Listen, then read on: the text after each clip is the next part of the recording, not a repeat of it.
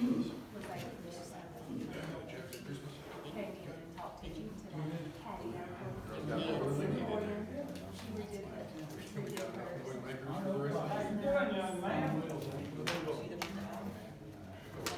Hello.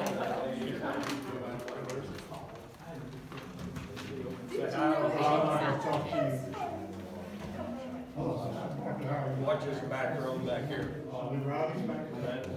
They're rowdy. Yeah.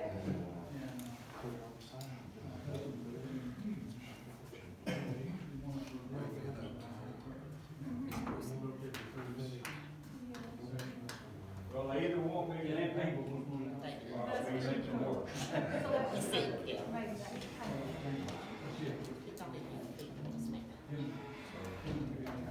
Silver light stuff, look at that. My goodness. I don't know that I'll take some pictures. Mine out there in the backyard. Get my bow and arrow out. She started 2015. I'll see. These two guys here. Yeah. They go away. I think we were scams all the time, but when you're open and they go and jump off the folders. Oh, yeah, gotta be that, and, If there's something you need to sign, just call me at the office and say, hey, we need to sign. Well, when they met, they shoot, they hit one of them.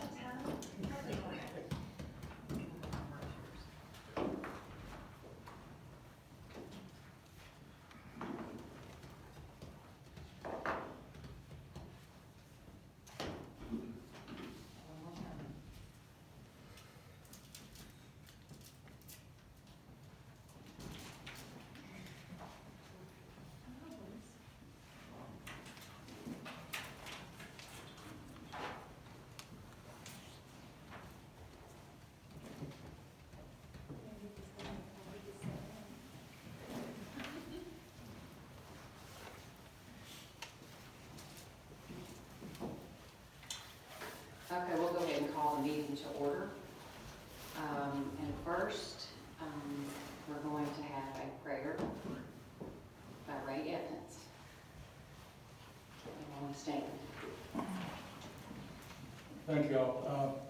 This is a prayer that's sort of special to me, and it's a prayer from the New Zealand Anglican prayer book that just seems very appropriate to start a new year. Lord, it is night. The night is for stillness. Let us be still in the presence of God. It is night after a long day. What has been done has been done. What has not been done has not been done.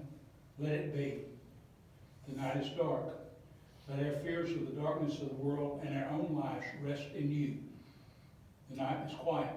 Let the quietness of your peace enfold in us, all dear to us, and all who have no peace.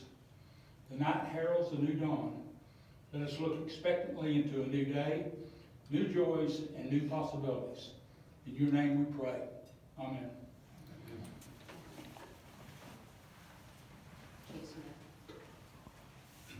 I pledge allegiance to the flag of the United States of America and to the republic for which it stands, one nation, under God, indivisible, with liberty and justice for all.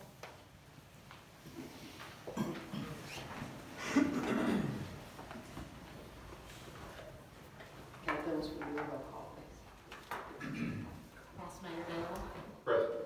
Alderman Elder, I'm here. Alderman Maxter, Alderman Linder, Here. Alderman Proctor, Here. Alderman Riddle. Here. Alternates except Alderman Maxter. Okay, thank you. Next on the agenda, we need to approve the minutes if I have a motion. I make a motion, we approve the minutes. I'll second. Okay, I've got a motion by Bruce Elder and a second by Bill Linder. All in favor say aye. All opposed, motion passes.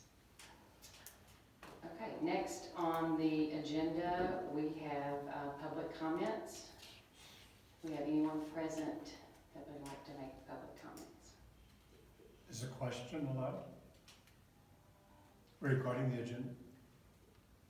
Yes. Just because I'm kind of new, I just want to know the history. Item 3 on the agenda talks about Spruce Street. Didn't there used to be no trucks on Spruce Street? And then a couple of years ago, we said, okay, we're going to put trucks on Spruce Street. Did we undo that and we said no trucks again? So that's where we are today. That's it. Thank you. Thank you. Thank you. Okay. The floor is open for any other public comments.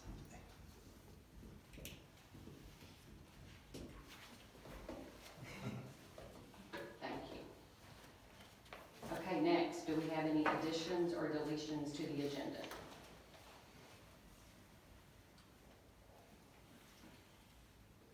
Okay, moving on. Let's go next to old business, where we're going to discuss the sign ordinance. Andre, I don't know if you want to lead us in this. Well, I think you voted to discuss the sign ordinance, so I'm here to answer any questions if you have any questions.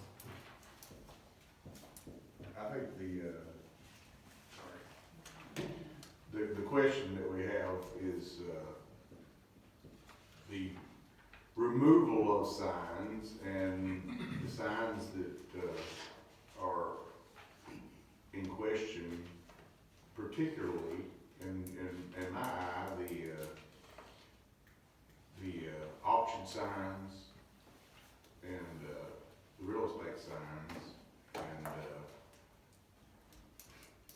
while we can't really change the law or our ordinances to allow those to happen, because, you know, if you're an auctioneer, you're a realtor, these are kind of your lifeblood, and they're very good directional signs that allow people to understand where your sales are happening.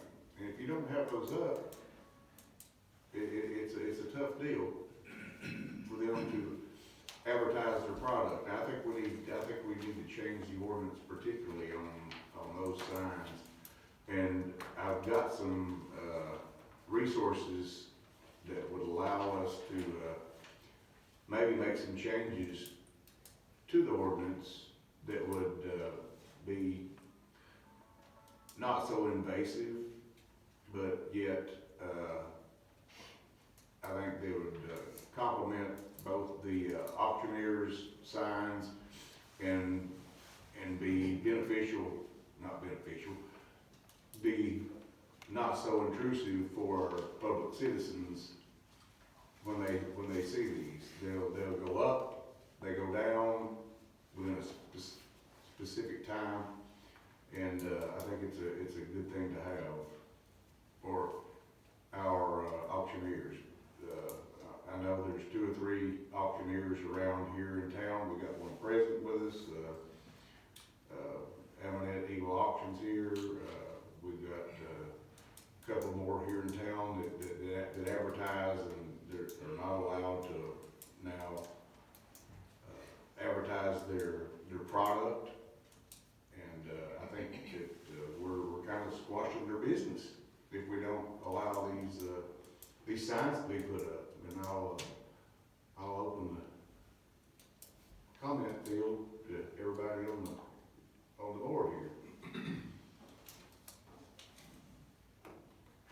I'll say just briefly, there's nowhere in town where all signs are prohibited. So this sign ordinance that we passed last year only regulates the size of signs, the location of signs, and what kind of material that they're made out of. There's signs allowed in every single zoning district in the town of Livingston. Even temporary signs, which are typically, in my experience anyway, used for auction signs or real estate signs.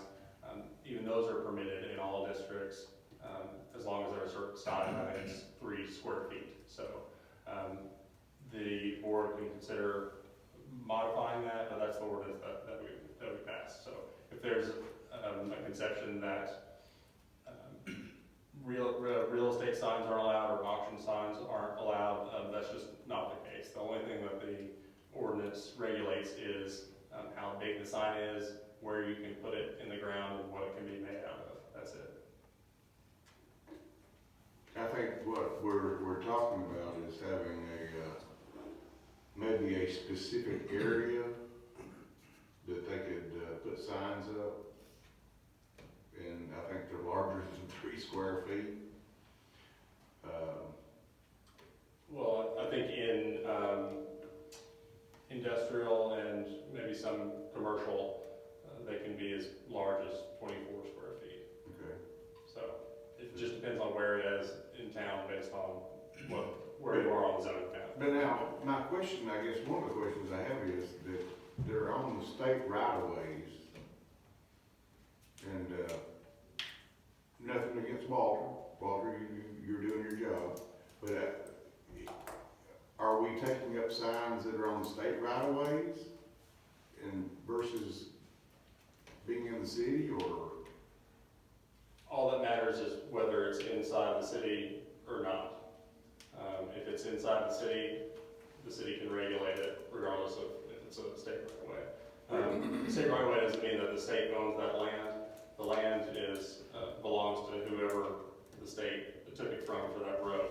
And the only thing that the state owns is an easement or a right-of-way to go over that area for road purposes. They don't have the right to say what you can do with signs, but the city does.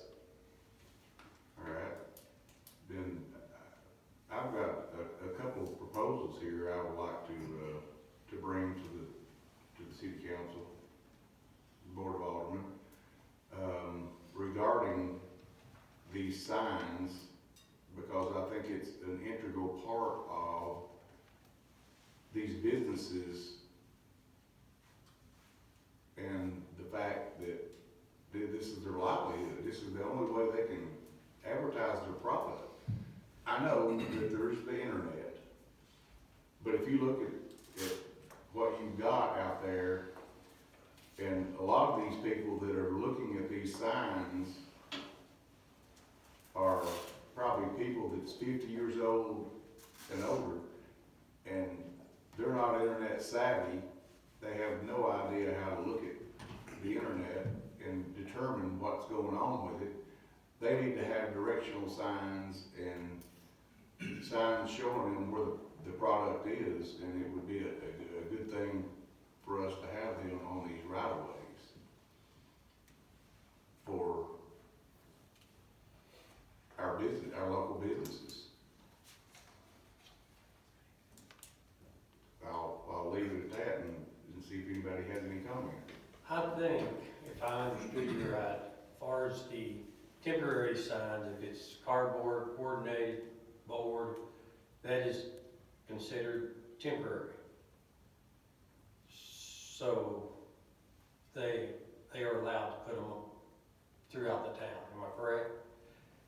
As long as you're in compliance with the rules that apply to temporary signs. And I guess this is where the right-of-way thing is coming up. The way the code is written now, temporary signs aren't allowed in any street right-of-way, whether it be the state right-of-way or the city road right-of-way, unless it's being held by a person. So you can pick it, you can stand up there and hold up a sign for a car wash, but you can't stick a stake in the ground and walk off and leave it. So that's where we need to come up, possibly designated area, possibly. That's an option. Well, I would like to make a motion that we,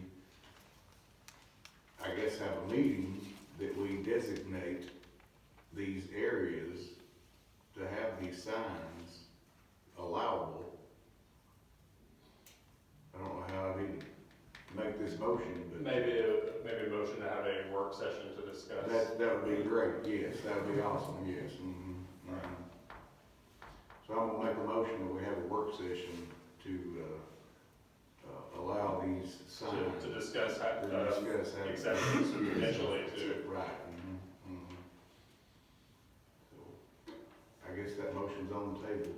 I'll second.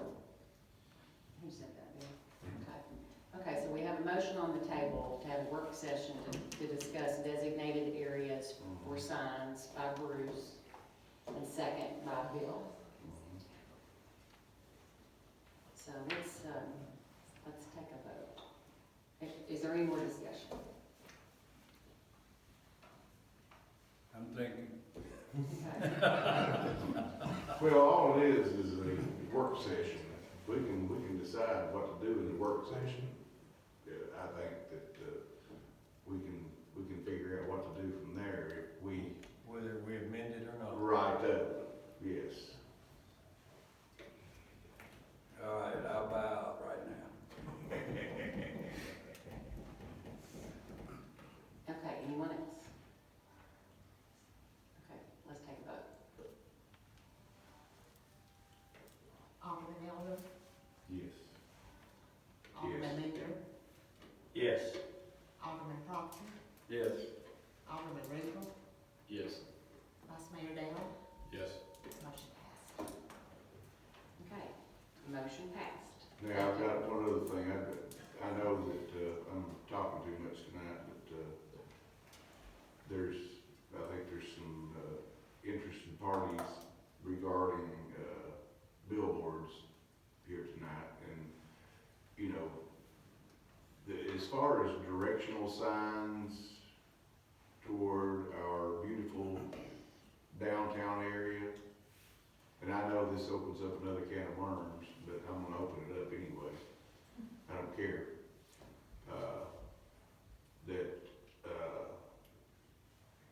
And it'll go however it goes, but I just think we need to have a discussion on that also as a separate item.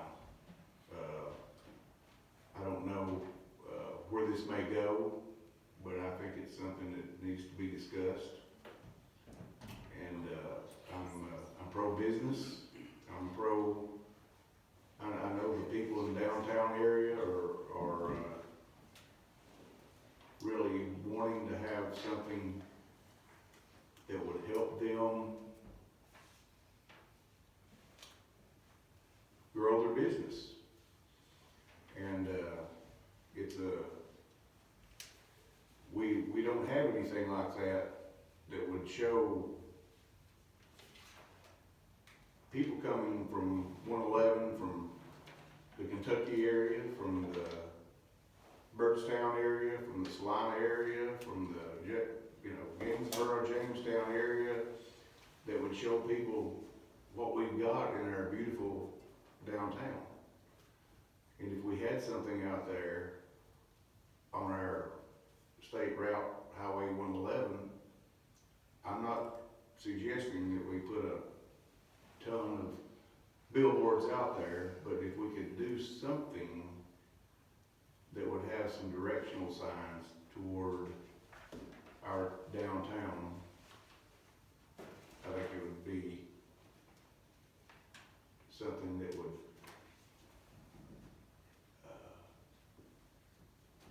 a great change to something that we don't have right now. And as I said, I'm not talking about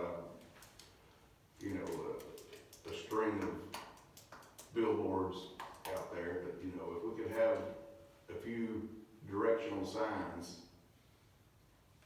that would go out and point people toward our downtown area, that would be something that would, I don't know what we would have to do that either.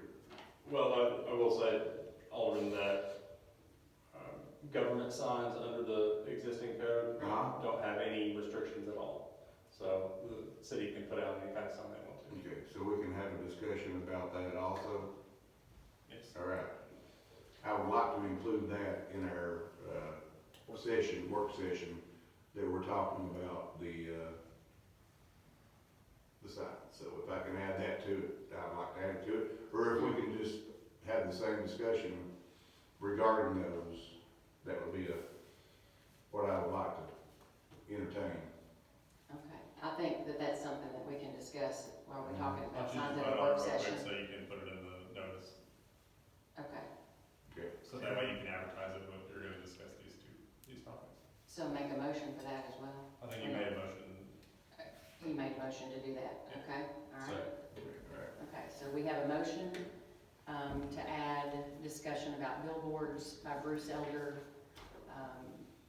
a second by Rex Dell. Is there any other discussion? You gotta be kidding me, we talking about billboards in town?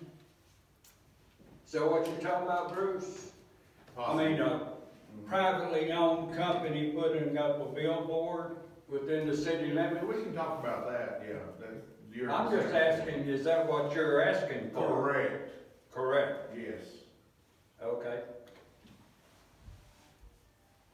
Okay, so we have a motion and a second to add that to the work session as well. Yeah, we can talk about all the above. Yeah. All the above, yes, Okay, let's go ahead and take a vote on that as well. Do you understand what he's saying? I Just add that to understand. add that to the work session. Yes. So, okay. All right, Ms. Phillips, let's take a vote. Alderman Leisure, Yes. Alderman Proctor, No. Alderman Rubel, Yes. Vice Mayor Dale, yes. Alderman Elder, Yes. motion passed. Okay. Moving on to downtown revitalization. Jean couldn't be with us tonight, so Ray is going to give us an update on some projects. So I'm glad to tell you that on both the courthouse project and on the Main Street, Broad Street projects for TDOT, we're getting really, really close to the finish line. We have received draft invitations for bid. Those are being reviewed. There's 2 or 3 other administrative hurdles that we have to achieve for both of those projects. But my guess tonight is that we would probably be putting both of those projects out for bid in March of this 2 months from now. Finally, after how many years? 5 years, 6 years? But ironically, that's not unusual for TDOT projects, particularly local program projects these days. It takes forever to get through the process. So we're moving forward on both of those, getting really, really close to the finish line. Our third TDOT funded project is Little Street and Cedar Street.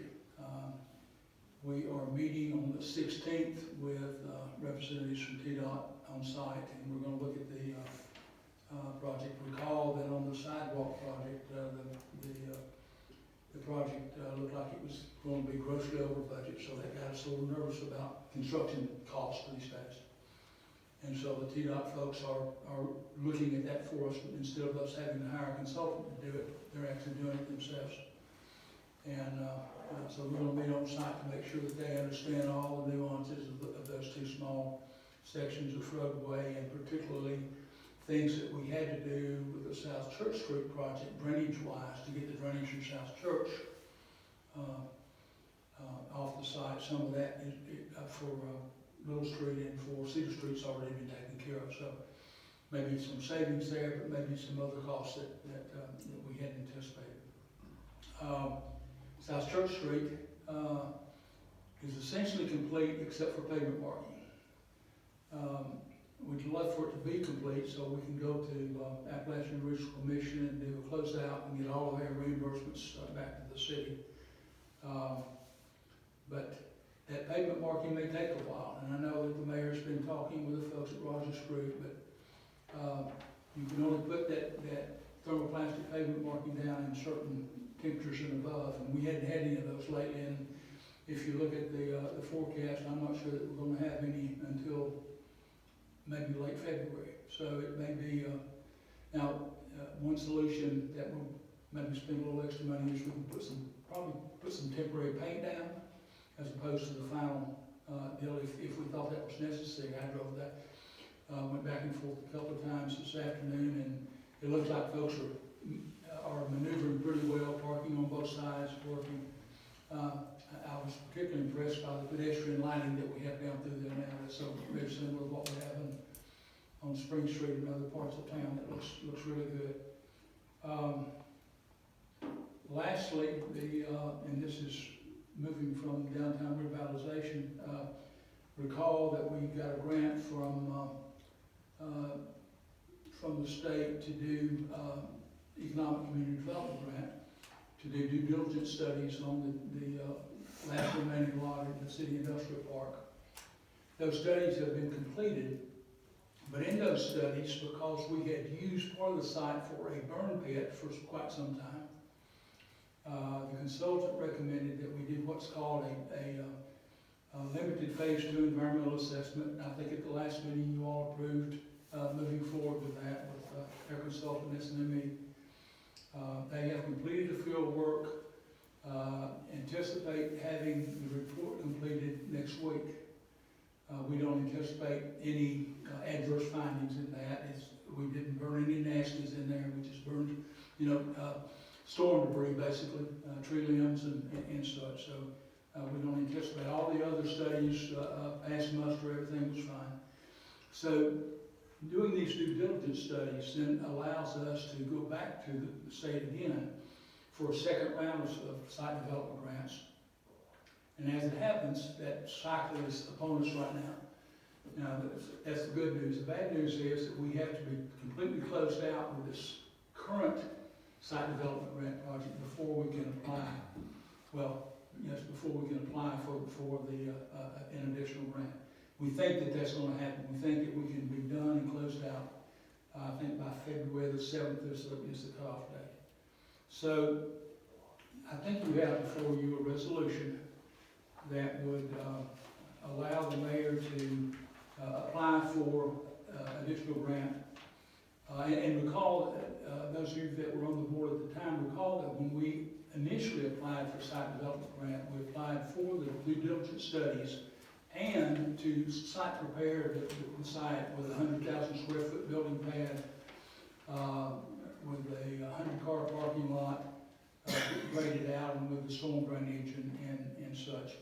Because we hadn't finished the due diligence studies, we weren't eligible for the construction phase. So now, the resolution that you have before you would apply for the construction elements that we could not successfully apply for in the previous round.